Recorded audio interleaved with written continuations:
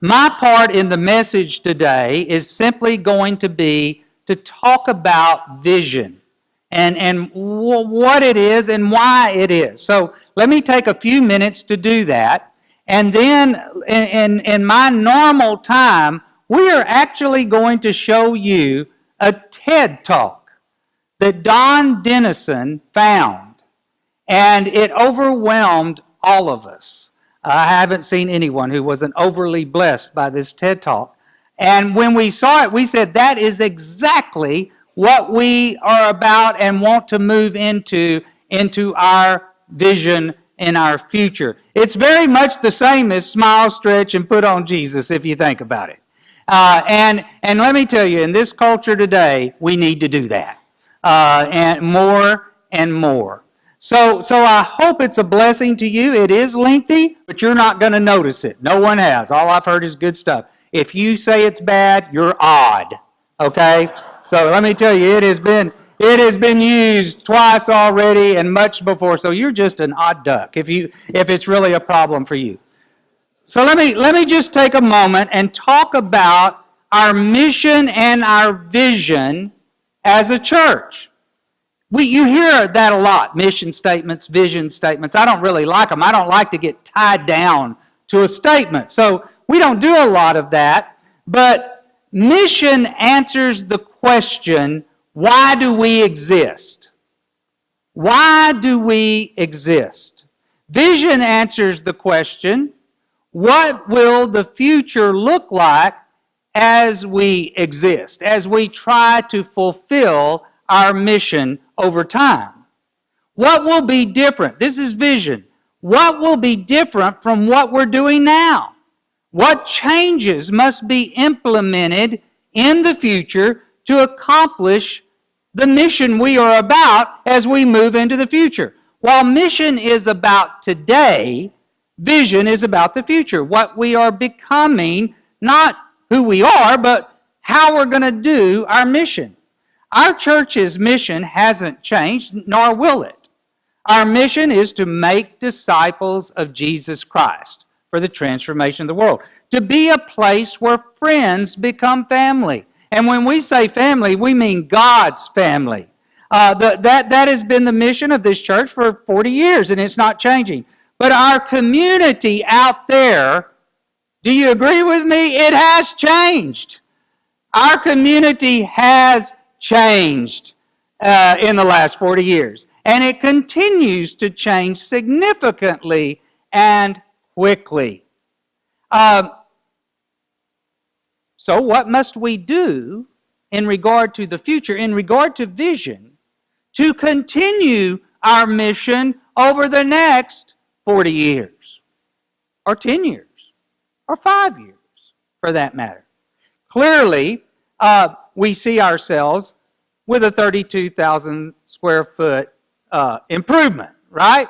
And that is part of our vision, what we're doing, how we're shifting for the future. And that's a good thing for us and for any in the community who decide to be part of our faith community. The biggest question is, where is the Christmas tree going to go? That is, by far. 10 to 1. What about the Christmas tree? Well, it won't be here. It will be in there, in the big gathering area. Well, I'm not staying. No one said that. But, that is the number one question. So our vision does involve building space.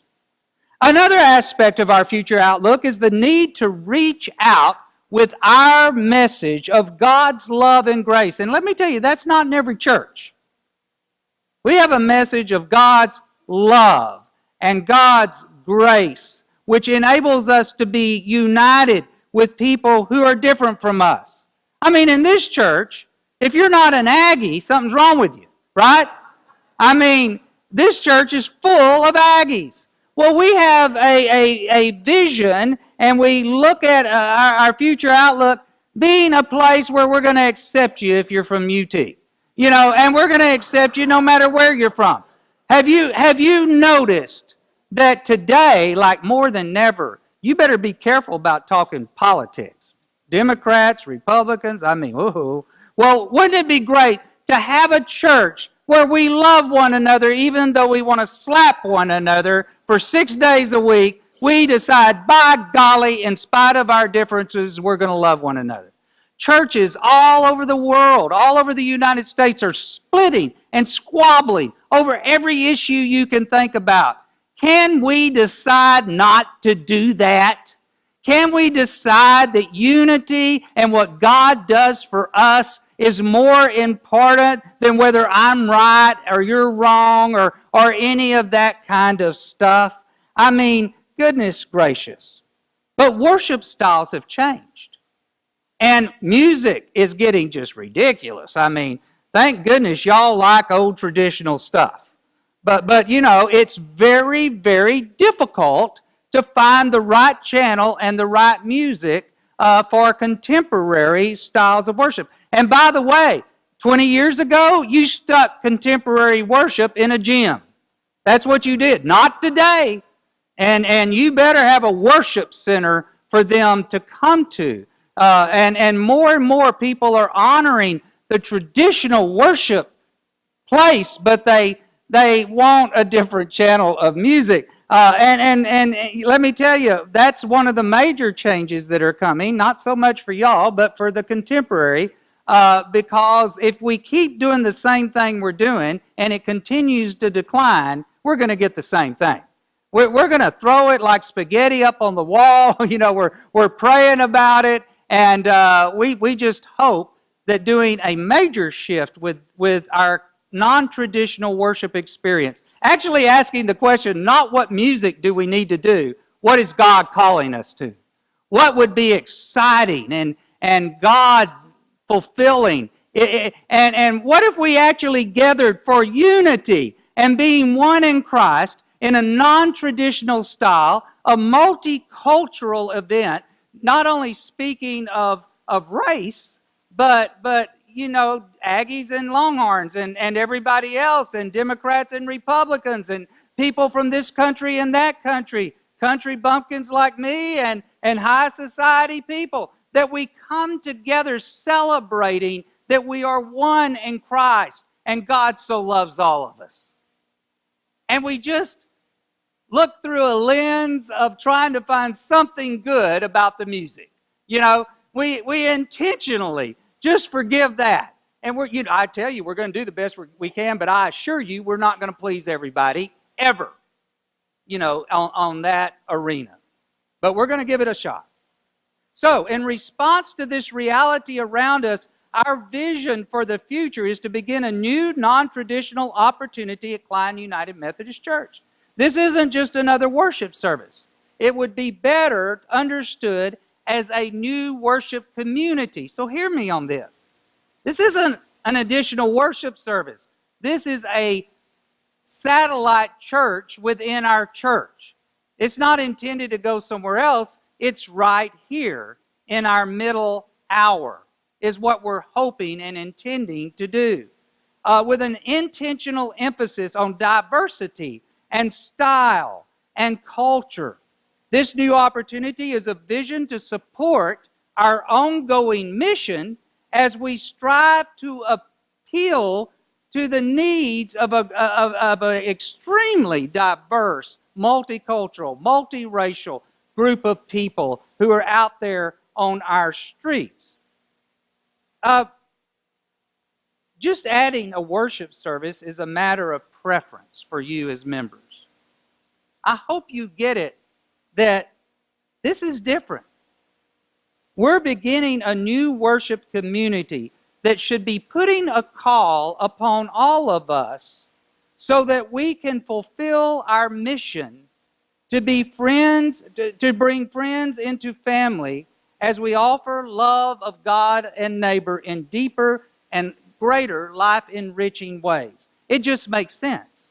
So it's not just a matter of preference, it's a matter of calling. And I hope you will want to participate in that.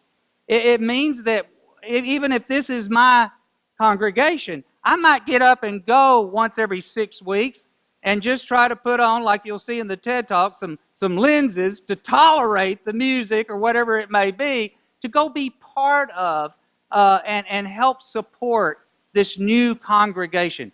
You know, I guarantee you, Bill, when y'all started this church, you weren't just saying, we're already set. If you want to come, you come. You know, you were setting up Sunday school classes. You were setting up worship.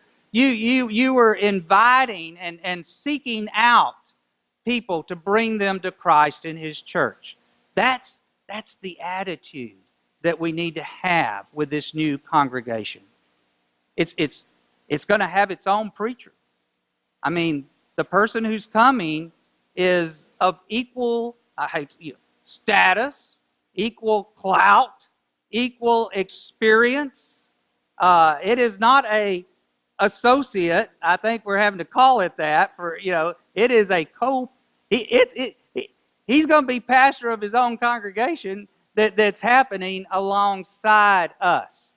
But we all share the same mission and the same vision. Now, as the news spreads out in our church about this, you get everything from people alarmed to thrilled to angry, and most of you just want to get on with it. The leadership of Klein, both lay and clergy, are going to just make you tired of hearing it, because if we don't, you're going to feel like you're left out or are not able to participate. But we believe God is calling us to renew our commitment to build not only a building, but a church. And our future vision requires us to prepare for slight changes, and the way we respond to them will be determined by the lens through which we perceive the change. We want to see the possibilities and not be overwhelmed with the changes. And I suggest this is good for you in your everyday going and coming life too. These small changes can bring more stress, or they can be exciting and enriching and joyful. We have a wonderful opportunity before us if we can only see through a positive lens. Now, Don Dennison introduced us to the TED Talk that doesn't say anything about God directly, but it's all about God. And I want this to be our mantra TED Talk. I mean, it needs to be around and available all the time. And we believe this video articulates God's message to us as we move together into His future. And it's all about choosing how we see God's future. So let's choose to celebrate what is right with the world and right with you and right with God's church over what is wrong. I mean, that's a great vision to move into.